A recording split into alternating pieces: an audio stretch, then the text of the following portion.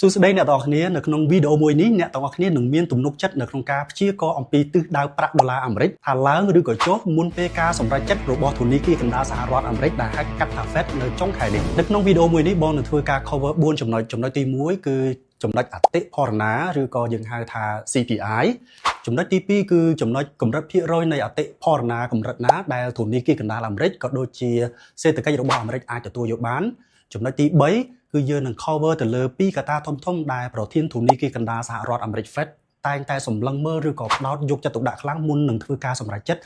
ដំឡើងឬក៏ទម្លាក់អត្រាការប្រាក់និងចំណុចចុងក្រោយយើងនឹងធ្វើការវិភាគជាមួយនឹងការសម្រេចចិត្តថាដំឡើងឬក៏ទម្លាក់អត្រាការប្រាក់នៅយប់ថ្ងៃទី28ឈានចូលថ្ងៃទី29នៅក្នុងខែមករានេះមូលហេតុអ្វីបានជាអ្នកទាំងអស់គ្នាត្រូវតែខ្វល់ខ្វាយទៅលើចំណុច4ចំណុចដែលបងបានរៀបរាប់ខាងលើគឺដោយសារតែទី1ប្រសិនបើជាយើងដឹងអំពីនិយមន័យនៃអតិផរណាឬក៏ CPI និងកម្រិតភាគរយឡើងចុះរបស់អតិផរណាធ្វើឲ្យអ្នកទាំងអស់គ្នាមានទំនុកចិត្តនៅក្នុងការព្យាករណ៍ទិសដៅប្រាក់ដុល្លារអាមេរិកឡើងឬក៏ចុះបានបន្ថែមពីលើនឹងទៀតអ្នកទាំងអស់គ្នានឹងទទួលបាននៅការ save ពេលវេលាដ៏ច្រើនហើយនឹងមានអារម្មណ៍ល្អអាចផ្ដោតអារម្មណ៍ទៅធ្វើកិច្ចការផ្សេងៗបាននិងចុងក្រោយអ្នកទាំងអស់គ្នាអាចត្រៀមខ្លួនរួចជាស្រេចសម្រាប់ផែនការ trade មុនពេល breaking news អញ្ចឹងអ្នកទាំងអស់គ្នាមុននឹងឈានចូលដល់ការវិភាគព័ត៌មាន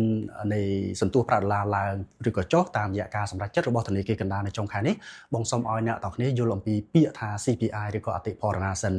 ពាក្យថាអតិផរណាគឺបានសេចក្តីថានៅពេលដែលទំនិញឡើងថ្លៃលុយចុះទាបឧទាហរណ៍ថាប្រេងសាំងពីមុនក្នុង1លីត្រត្រឹមតែ 4,000 រៀលប៉ុណ្ណោះឥឡូវនេះឡើងដល់ 4,500 រៀលនេះបានសេចក្តីថាជាអតិផរណាឡើងតើអ្នកទាំងអស់គ្នាដឹងទេថាកម្រិតភាគរយនៃអតិផរណា CPI ប៉ុន្មានភាគរយដែលសេដ្ឋកិច្ចរបស់សហរដ្ឋអាមេរិកអាចទទួលយកបាន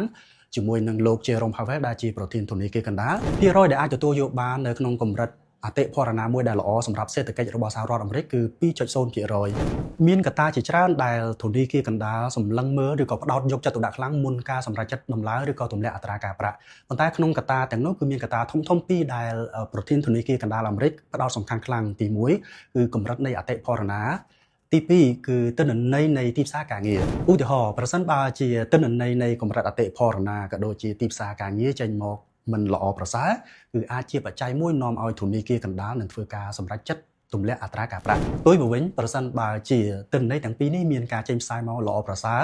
អាចជាបច្ច័យមួយនាំឲ្យប្រធានធនាគារកណ្ដាលសហរដ្ឋអាមេរិកនឹងរក្សាអត្រាការប្រាក់ដដែលមិនទម្លាក់អត្រាការប្រាក់ឬក៏អាចដំឡើងអត្រាការប្រាក់អូខេអ្នកទាំងគ្នាសម្រាប់វីដេអូបន្ទាប់នៅក្នុងការវិភាគឬក៏ការព្យាករណ៍អំពីការដំឡើងឬក៏ទម្លាក់អត្រាការប្រាក់របស់ធនាគារកណ្ដាលអាមេរិកបងនឹងចែករំលែកនៅវីដេអូបន្ទាប់ប៉ុន្តែមុននឹងជួបជាមួយនឹងវីដេអូបន្ទាប់សូមអ្នកទាំងអស់គ្នាជួយ follow ហើយជួយចុច link ដែលមាននៅក្នុង comment ដូចខាងក្រោម